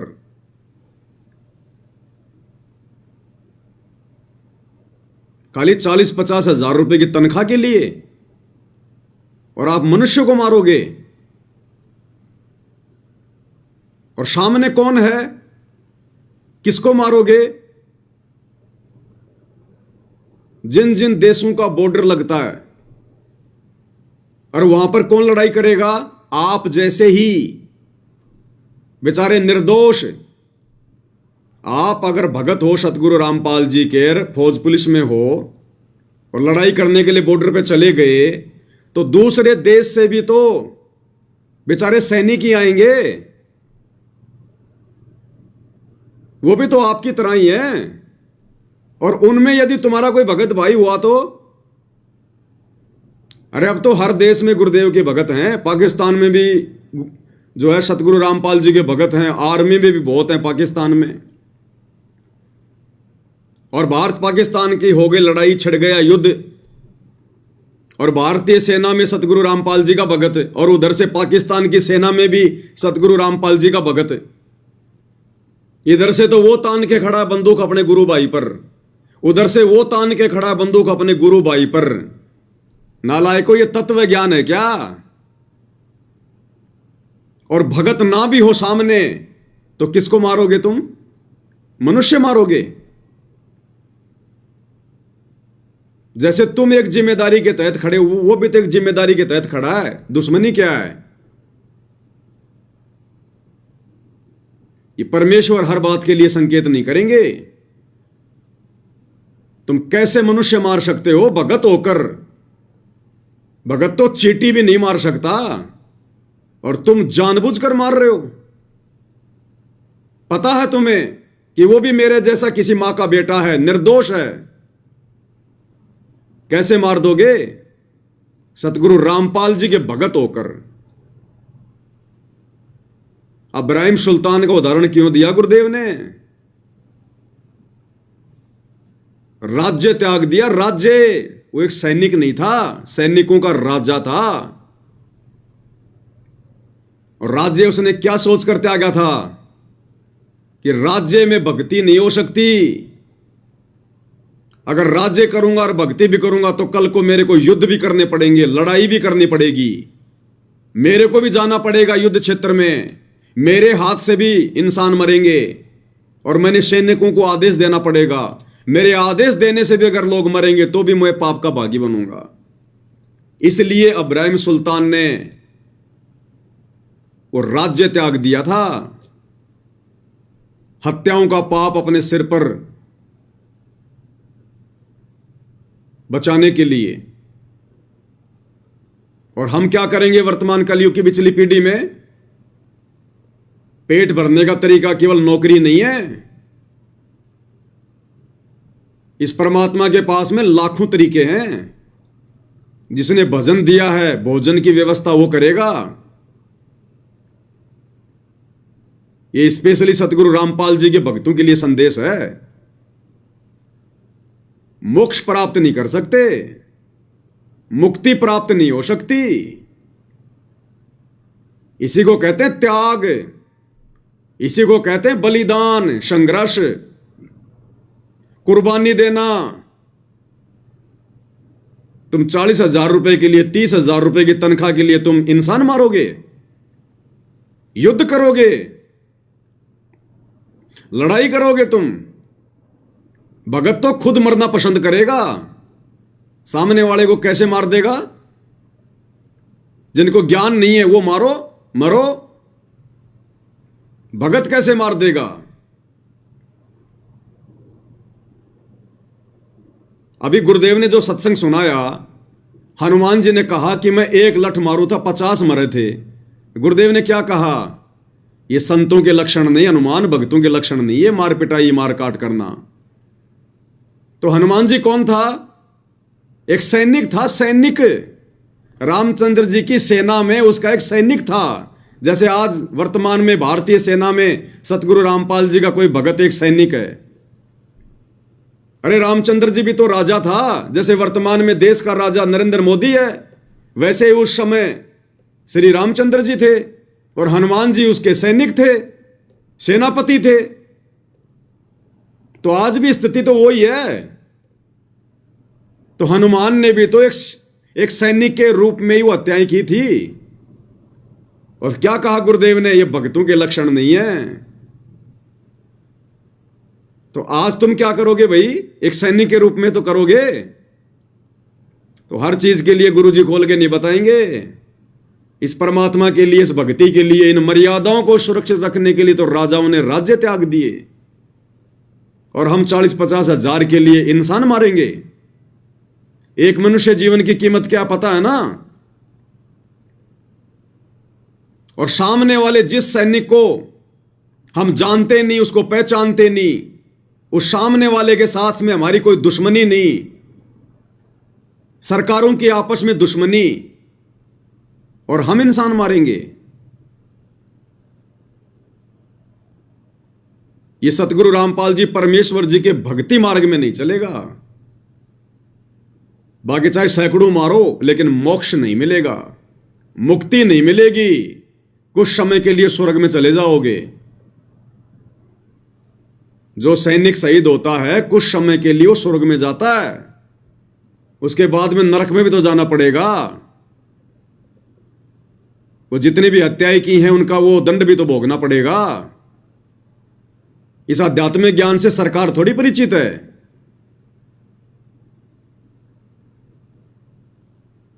तो हर चीज के लिए गुरुदेव भगवान नहीं बताएंगे, संकेत ही काफी होते हैं। अगर भक्ति बचानी है तो, अगर मोक्ष प्राप्त करना है तो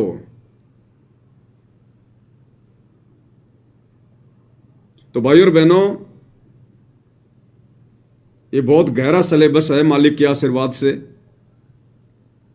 और इसीलिए परमात्मा ने 7 संगतियां शुरू करवाई हैं कि जो बातें किसी कारणवश गुरुदेव भगवान खुलकर नहीं बता पाए, वो बातें हम भक्तों तक 7 संगति के माध्यम से पहुंचे, हमें पता चले, और हम हर प्रकार से भगत बने। भगत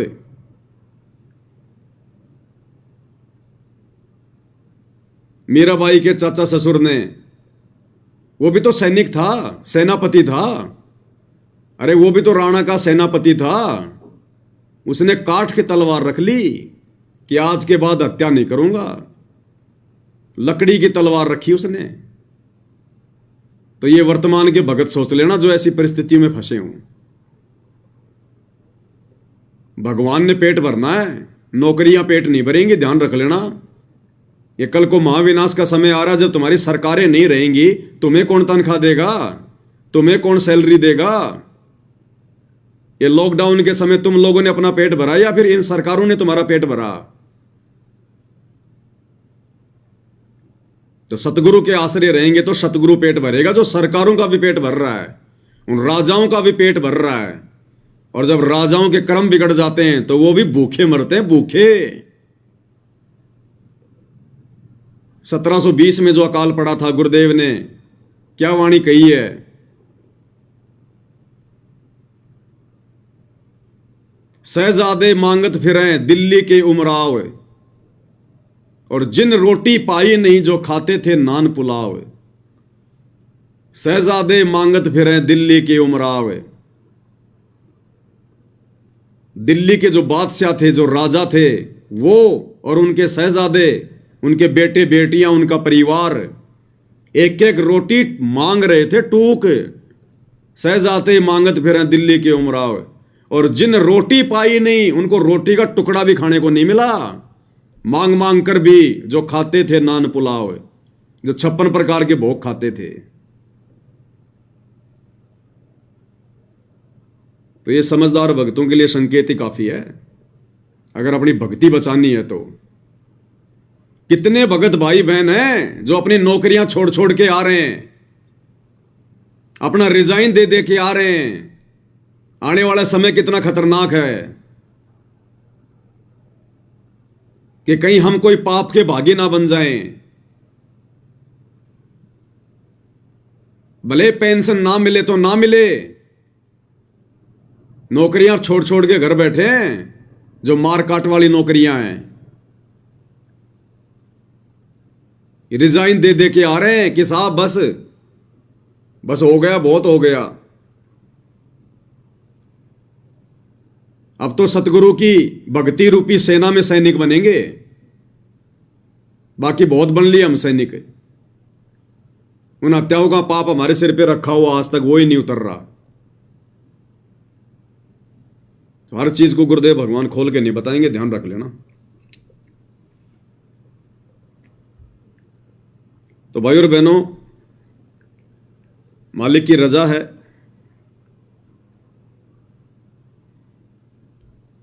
जो हमें आगामी समय में जो काल का कहर टूटने वाला है, उस समय हमें अपनी भक्ति बचाने वाली बातों से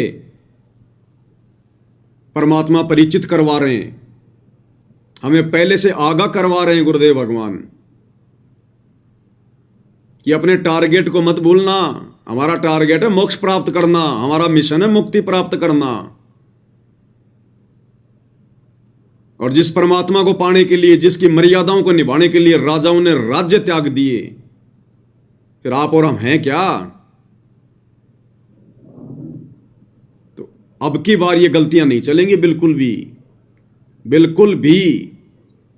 ये सबसे बड़ा उदाहरण है। हनुमान जी भी एक सैनिक थे, जैसे आज तुम सैनिक हो, संत रामपाल जी के भगत होकर।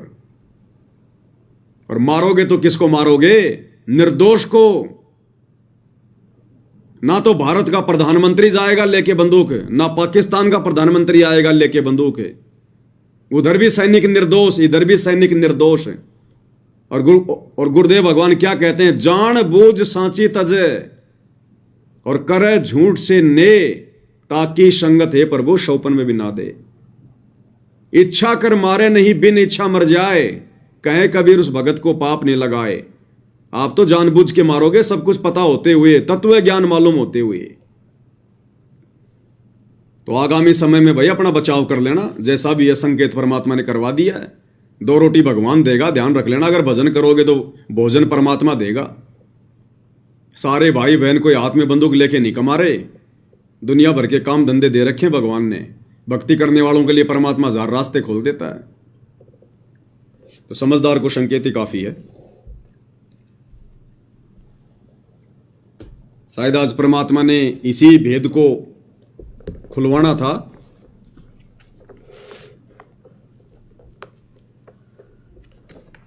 तो भाई और बहनों,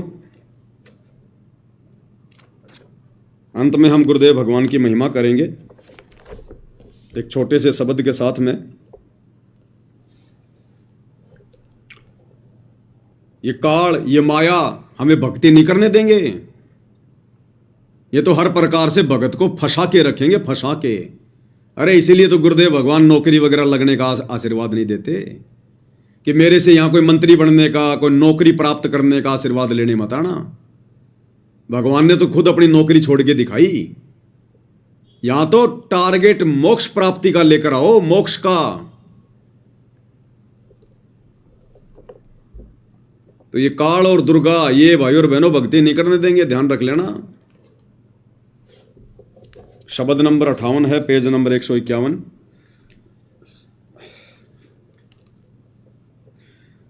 माया हर टोहू सो तू तो रोप रही चाले। माया हर टोहू सो तू तो रोप रही चाले। माया हर टोहू सू कि मैं तो परमात्मा को टोने के लिए, परमात्मा को ढूंढने के लिए निकला हूं, भक्ति करने के लिए। तू तो रोप रही चाले, तूने तो गजब कर दिया। मुझे कहां कहां तूने फंसा के छोड़ दिया, मेरे पैरों में तूने बेड़ियां डाल दी। मैं तो परमात्मा के लिए निकला हूं और तू मुझे परमात्मा प्राप्त नहीं होने दे रही माया। टोहूं यानी ढूंढ रहा हूं, तू तो रोप रही चाले और तूने तो अजब गजब कर दिया, तूने तो चाले कर दिए। माया हर टोहू सो तू तो रोप रही चाले। माया हर टोहू सो तू तो रोप रही चाले। अब ये फंसाए रखा उन भाई बहनों को ध्यान रख लेना। आने वाले विनाशकारी समय में तुम्हारे से पाप करवाने के लिए, तुम्हारे से हत्याएं करवाने के लिए, तुम्हारे सिर पर पाप कर्मों की वो गठड़ी डालने के लिए ये काल ने तुम्हारे को पहले से फंसा रखा है। जब माया तू घर में आ जा, मूर्ख मस्ती कुटुंब पर छा जा। जब माया तू घर में आ जा, मूर्ख मस्ती कुटुंब पर छा जा। अमल नशा सबके मन भाजा, कुबद कमा के चाली। माया हर टोहू सो तू तो रोप रही चाले। माया हर टोहू सो तू तो रोप रही चाले। परमात्मा कहते हैं जब माया तू घर में आ जा, मूर्ख मस्ती कुटुंब पर छा जा। माया के अनेकों रूप हैं। कोई शरीर से बलशाली है, अहंकार हो गया, वो भी माया ने घेर लिया। किसी के 2, 4, 5 संतान हैं, अट्टे कट्टे हैं, वो किसी को जीने नहीं देता, उसको अहंकार हो गया अपनी संतान का, लठ का। किसी के घर में धन ज्यादा आ गया, वो अहंकार हो गया। किसी का बेटा कोई बड़ा अधिकारी बन गया, वो पहन के नई धोती पूरे गांव में घूमता रहता है। तो ये माया हर प्रकार से भगत को घेर के रखती है। तो कहते हैं जब माया तू घर में आ जा, मूर्ख मस्ती कुटुंब पर छा जा। उस परिवार में मूर्ख मस्ती छा जाती है,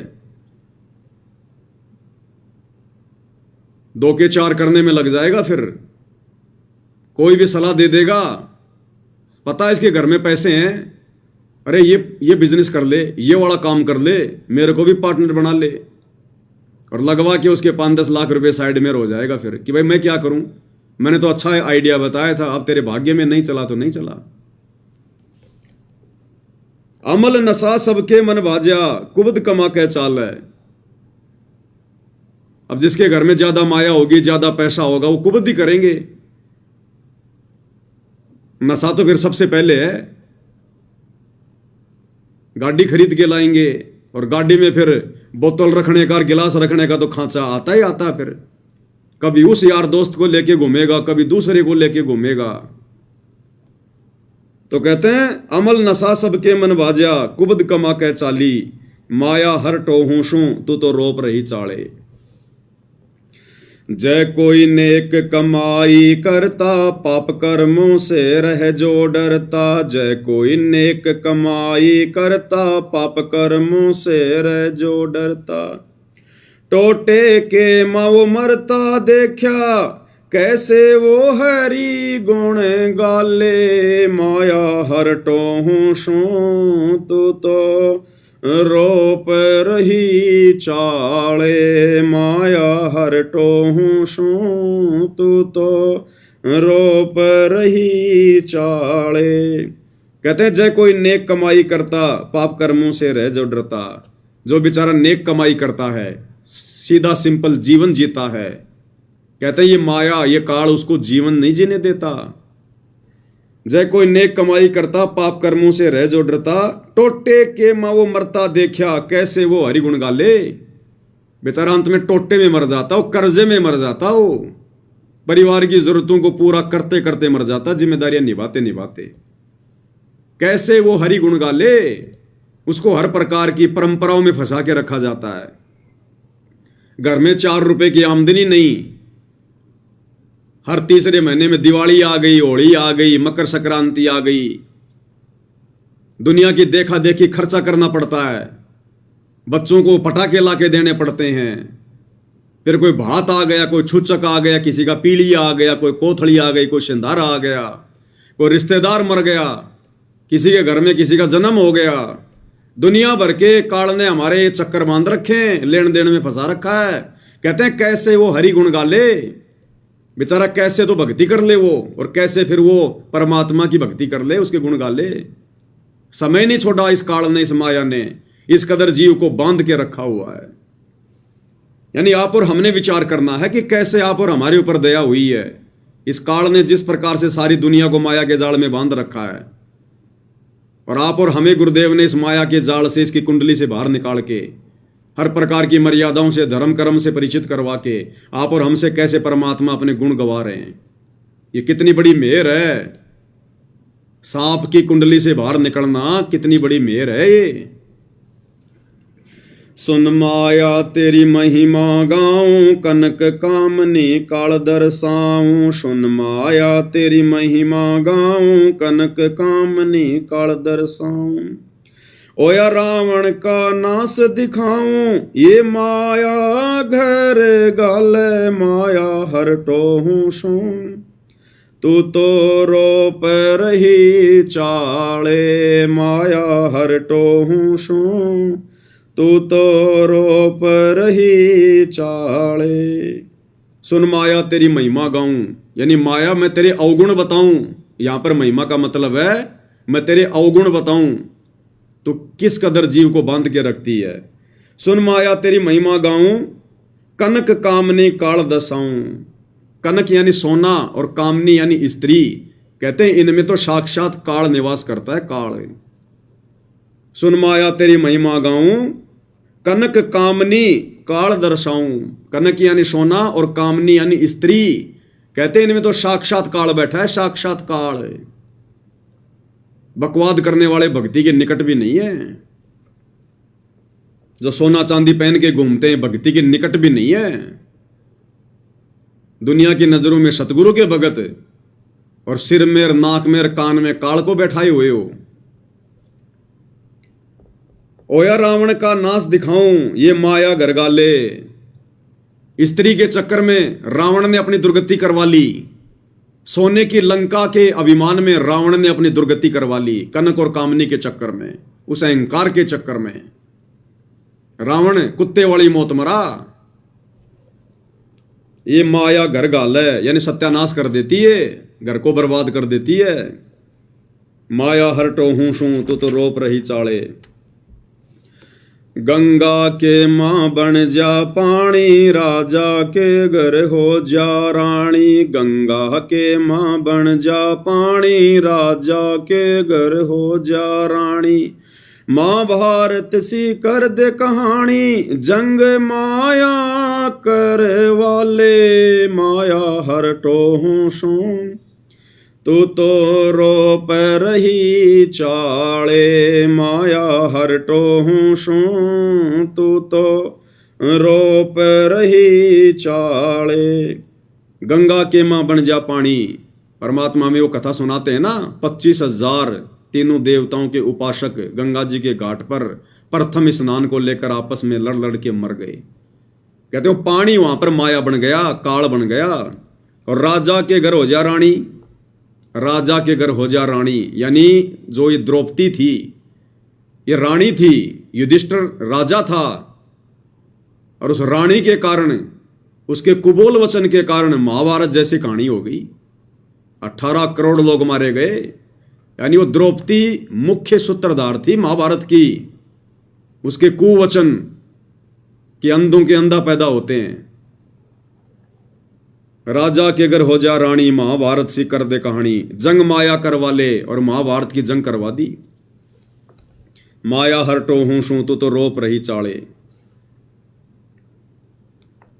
अब बताओ, वो जितने भी सैनिक थे वो बेचारे बेवजह मरे ना, वो बिरानी आग में जल के मरे। अरे महाभारत का युद्ध कोई धर्म युद्ध थोड़ी था, कोई देश की सीमाओं का युद्ध थोड़ी था। आपस में कौरव पांडव भाइयों का भाई बंटवारा था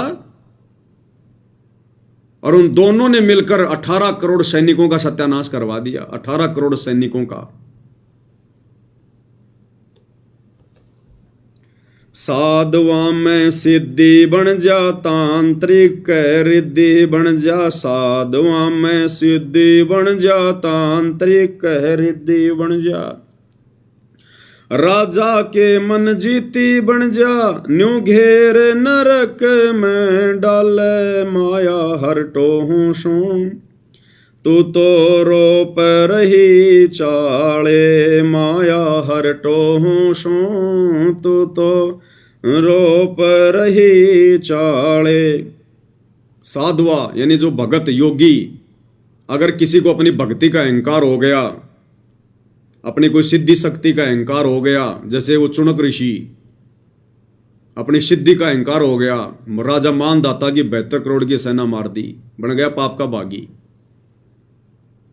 तो कहते हैं साधुआ में सिद्धि बन जा, यानी भगत को अपनी भक्ति का, अपनी सिद्धि का घमंड नहीं करना चाहिए बिल्कुल भी।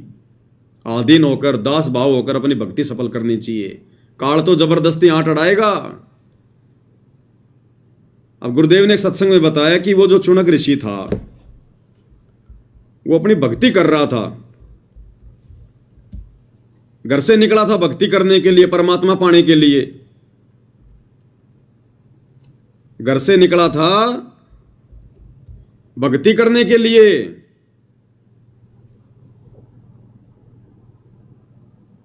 ओम नाम का जाप करके, तपस्या करके सिद्धि आ गई।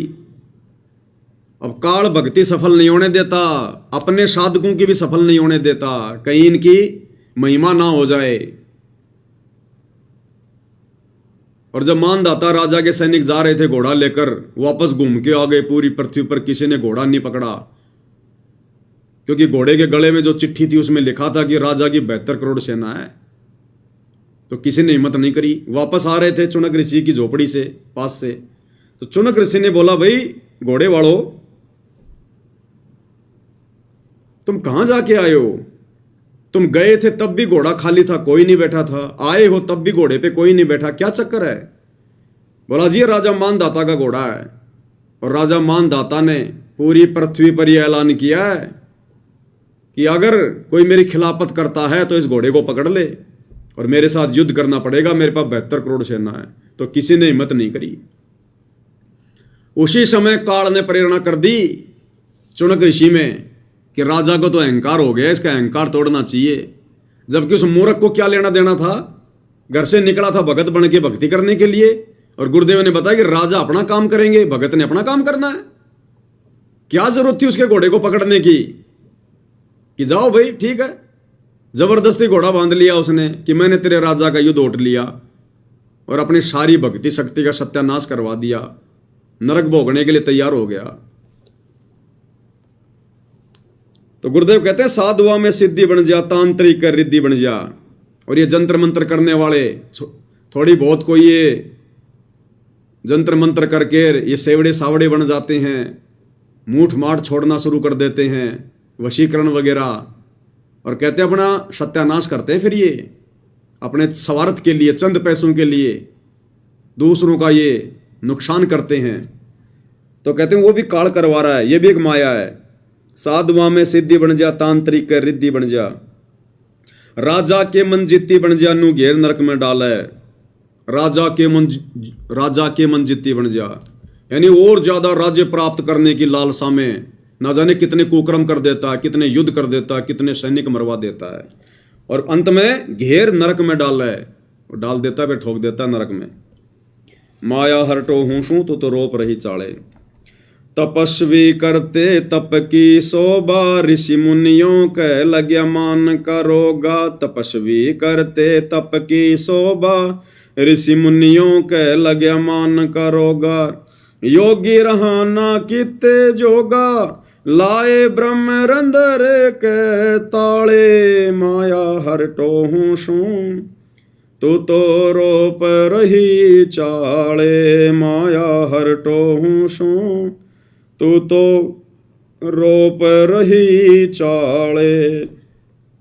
तपस्वी करते तप की शोभा, तपस्वी को अपने तप का अहंकार हो जाता है। ऋषि मुनियों के लगिया मान का रोगा, यानी त्रेता द्वापर सतयुग तक ऋषियों को, जैसे वर्तमान में हम कहते हैं भगत संत, उस समय उनको ऋषि कहा जाता था।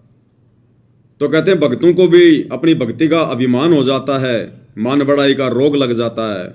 और योगी रहना कित्ते जोगा, योगी जो काल उपासक हैं, काल ने सबको शास्त्र विरुद्ध साधना पर लगा रखा है, अंत में वो डले ढोके जाता है, कहीं के जोगा नहीं रहता, यानी किसी भी लायक नहीं रहता अंत में।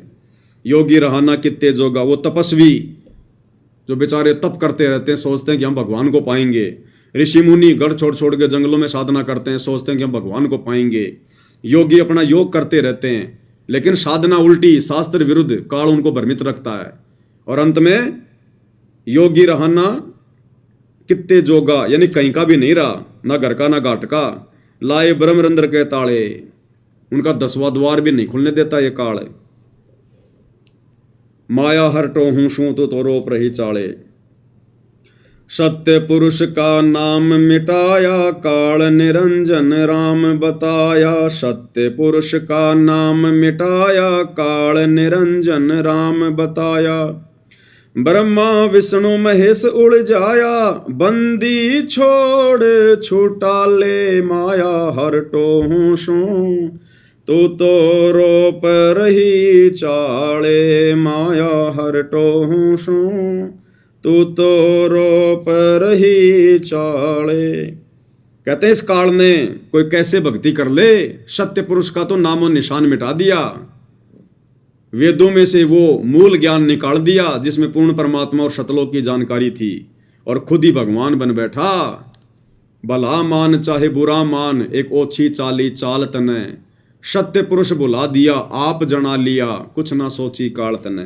तो परमात्मा कहते हैं सत्य पुरुष का तो नाम मिटाया और काल निरंजन राम बताया, और खुद को ही ज्योति निरंजन भगवान, अलख निरंजन भगवान, अपने आप को इसने भगवान बता दिया यहाँ पर।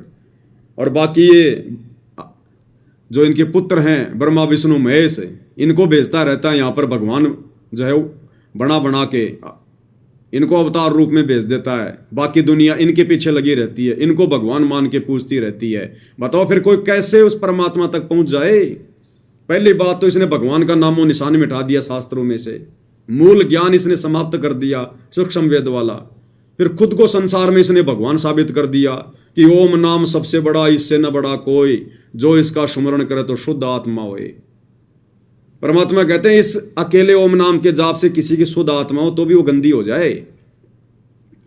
और ब्रह्मा विष्णु महेश उड़ जाया, बंदी छोड़ छुटा ले, और बाकी बची कुची कसर फिर ये ब्रह्मा विष्णु महेश को भेजता रहता है। यहाँ पर श्री रामचंद्र जी को भेज दिया, विष्णु अवतार को, उसको राम घोषित कर दिया, पूरी दुनिया लग गई यही राम है। द्वापर में श्री कृष्ण भेज दिया। तो कहते हैं ऐसे ये फंसा के रखते ये माया हरटो हूं शू तो रोप रही चाले। अब बताओ कोई कैसे भगवान को टोल ले, ढूंढ ले, कोई कैसे भक्ति कर ले। हर प्रकार से इसने जाल फैला रखा है। कहते हैं बंदी छोड़ छुटा ले, हे कबीर भगवान, हे गुरुदेव भगवान, हे परमात्मा, आप ही छुटा सकते हो हमारे को, जीव की बस की बात नहीं है, औकात नहीं है। तो आप और हमें आज उस बंदी छोड़ ने छुटा रखा है, नहीं तो पूरी दुनिया फंसी पड़ी है, राजा से लेकर रंक, पूरी दुनिया इसके जाल में फंसी पड़ी है। राम नाम निकट भी नहीं है उनके। मंदिरों में चले जाएंगे, मस्जिदों में चले जाएंगे, जब आएगा समय चुनाव का मुसलमानों के टोपी पहन लेंगे, हिंदुओं का जो है भगवा पहन लेंगे, कोई दीन धर्म नहीं इनका, और बाकी समय आपस में हिंदू मुसलमानों को लड़ाओ। तो परमात्मा कहते हैं सारा बखेड़ा काल का है। तो आप और हम भाई बहनों ने विचार करना चाहिए कि आप और हमारे ऊपर कैसे भगवान की रजा हुई बंदी छोड़ की सतगुरु रामपाल जी की। इस भयंकर काल के जाल से, माया के जाल से गुरु जी ने आप और हमें कैसे बाहर निकाला। कहते हैं ये कार्य वो बंदी छोड़ ही कर सकता है, बंदी छोड़ छुटा ले। तो आज स्वयं वो बंदी छोड़ सारी सृष्टि का मालिक कबीर देव सतगुरु रामपाल जी धरती पर प्रकट है, और उनकी विशेष रजा से, उनकी मेहर से आप और हम भगत भाई बहन इस काल के जाल से बाहर हैं, इन बंधनों से दूर हैं। आज हमारी बुद्धि, हमारी सुरती काम कर रही है, नहीं तो पूरी दुनिया उलझी पड़ी है। सुबह घर से निकलते हैं, सारा दिन कोई झूठ बोलता है, कोई ठगी करता है, कोई पता नहीं कितना बैल और गधे की तरह मेहनत करता है। उन जिम्मेदारियों को पूरा करते करते मर जाते हैं। जिम्मेदारियां पूरी नहीं होती, भक्ति गई बाढ़ में।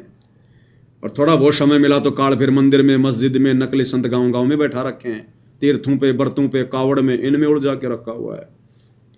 तो इस भयंकर चक्रव्यूह से कैसे गुरुदेव भगवान ने आप और हमें बचाया, अपनी शरण में लिया, हमारी सुरती को ठिकाने लगाया, अनमोल भक्ति दी।